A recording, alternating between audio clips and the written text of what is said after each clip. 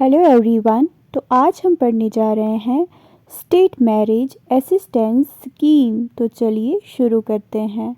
देखिए, state marriage assistance scheme को हम SMAS से रिप्रेजेंट करते हैं। देखिए, ये जो स्कीम है स्टेट मैरिज असिस्टेंस स्कीम, इसे सोशल वेलफेयर डिपार्टमेंट की तरफ से लाया गया है। किसकी तरफ से इस स्कीम को लाया गया है? सोशल वेलफेयर डिपार्टमेंट की तरफ से। तो चलिए आगे देख लेते हैं। देखिए, इस स्कीम को Jammu and Kashmir state marriage assistance scheme for poor girls के नाम से भी जाना जाता है। अब आगे जान लेते हैं कि ये स्कीम आई कब थी जम्मू एंड कश्मीर में। देखिए, ये स्कीम आई थी 2/12/2015 में। कब आई थी ये स्कीम जम्मू एंड कश्मीर में? 2/12/2015 में। और 2022 में इस स्कीम के अंदर क्या है, कुछ तब्दीलियां लाई गई, कुछ चेंजिंग्स लाई गई। देखिए, यहाँ पे आपसे कुछ इस तरह से क्वेश्चन पूछे जा सकते हैं कि बताइए स्टेट मैरिज असिस्टेंस स्कीम को हम किस तरह से रिप्रेजेंट करते हैं।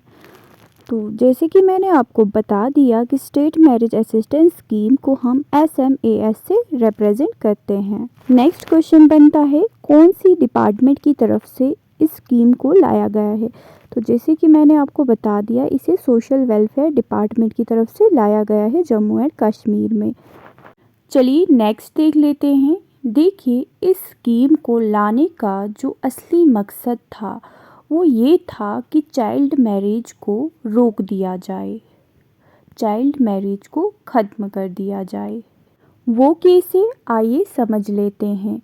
देखिए, इस स्कीम का फ़ायदा खाली वही लड़कियां उठा सकती हैं जो 18 इयर्स की होंगी, मतलब जो 18 साल की लड़कियां होंगी, सिर्फ वो ही इस स्कीम का फ़ायदा उठा सकती हैं। तो लोग इस स्कीम की लालच में आके करेंगे वेट, जिसकी मदद से, जिसकी हेल्प से चाइल्ड मैरिज में कमी आएगी, तब्दीली आएगी। अब हम ये जानेंगे कि कौन सी तरह की फैमिलीज़ को इस स्कीम का फ़ायदा जो है, बेनिफिट जो है मिलता है।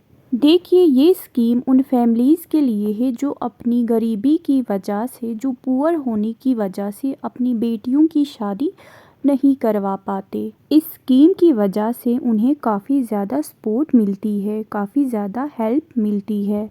देखिए, इस स्कीम का फ़ायदा उठाने के लिए लड़की की एज 18 इयर्स की होनी चाहिए। अगर लड़की की एज 18 से कम होगी तो वो इस स्कीम का फ़ायदा उठाने के लिए अभी एलिजिबल नहीं होगी।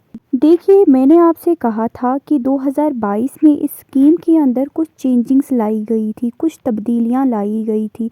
आइए जान लेते हैं उन तब्दीलियों के बारे में। देखिए, जो लड़कियां बिल्कुल भी पढ़ी लिखी नहीं हैं वो अभी तक इस स्कीम का फ़ायदा उठा रही हैं, लेकिन 2025 से ऐसा बिल्कुल भी नहीं होगा, क्योंकि इस स्कीम के अंदर कुछ चेंजिंग्स लाई गई हैं।